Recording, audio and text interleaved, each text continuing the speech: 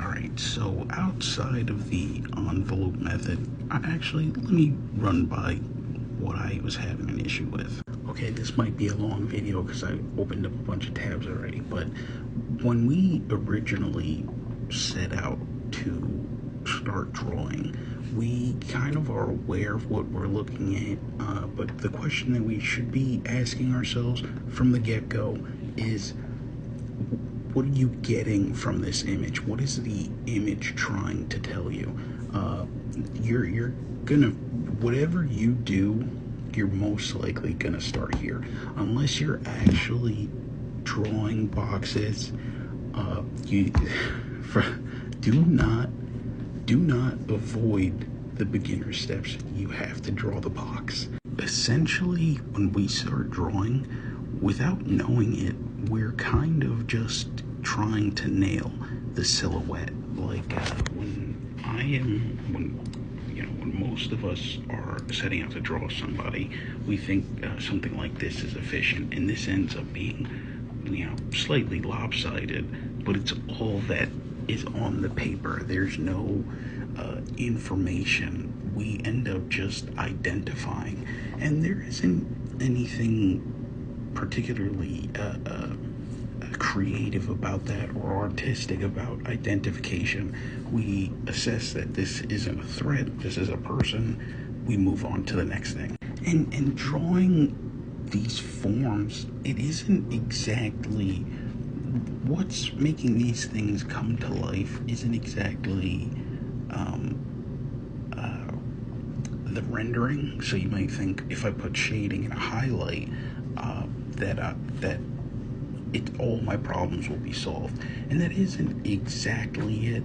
Like, the rendering here for this sphere helps us understand that it is going back, but even this cube is off center, so it's leaning back and away from us, just like the square pyramid here is leaning back and away from us, because we're attempting to illustrate dimension. Now, when we start drawing, if we say to ourselves, like, oh, we just want to draw her lips, I don't care what you say, Mr. Tutorial Man, I just need to draw those lips. All it looks like is I need to put a triangle on a piece of paper.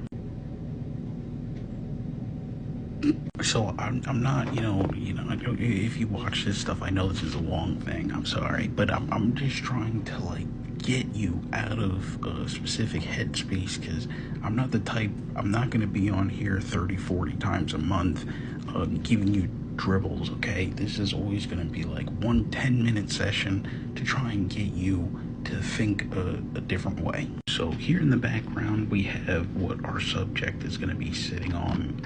Down here, we have what our subject is going to be sitting on.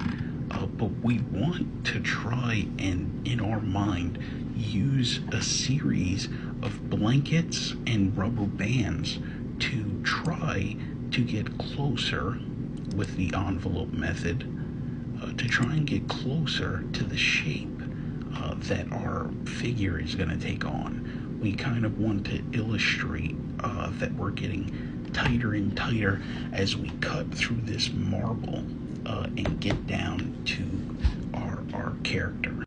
Now, the polish is kind of what brings them a little bit further off the page, which is lighting and shadows. But if you can try, if you're going to continue with the silhouette trial and error, try to work with the blanket and the rubber band, and thinking about where the blanket would get tighter and tighter around your model, and then follow the form of that rubber band, kind of like a contour line where we're working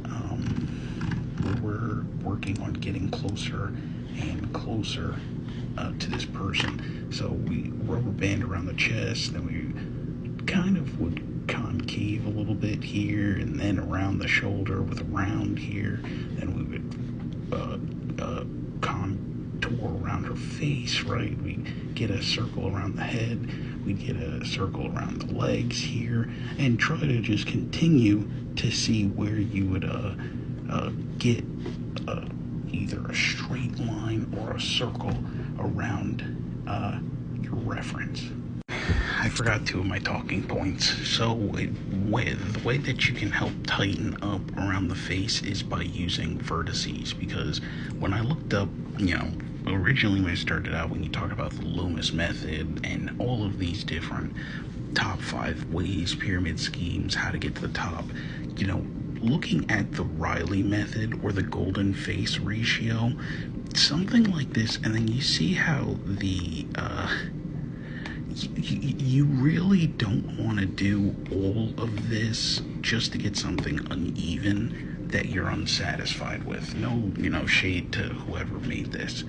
But thinking about this stuff in vertices, it's very easy to understand how a box would turn away from us or turn away from the light. Specifically right here with the cheek. This is something that's not here, but this is something that starts here and stays consistent here.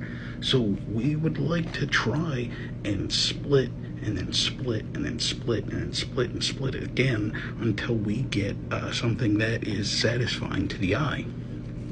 So you can essentially work with these vertices. If you were to have 4 lines run across the face, and then you were to put 8 lines across the face and bend them, that's essentially how you want to start thinking about these things. Chiseling away at the box until you get your sphere. Also, I just wanted to, let you know that vertice example for that sculpt isn't exactly accurate. The neck is a little bit hard to nail down, but I just want to show you how much space the sternocleidomastoid and the trapezius muscle takes up on the neck. So that's just a little bit more of an accurate representation of what's going on there.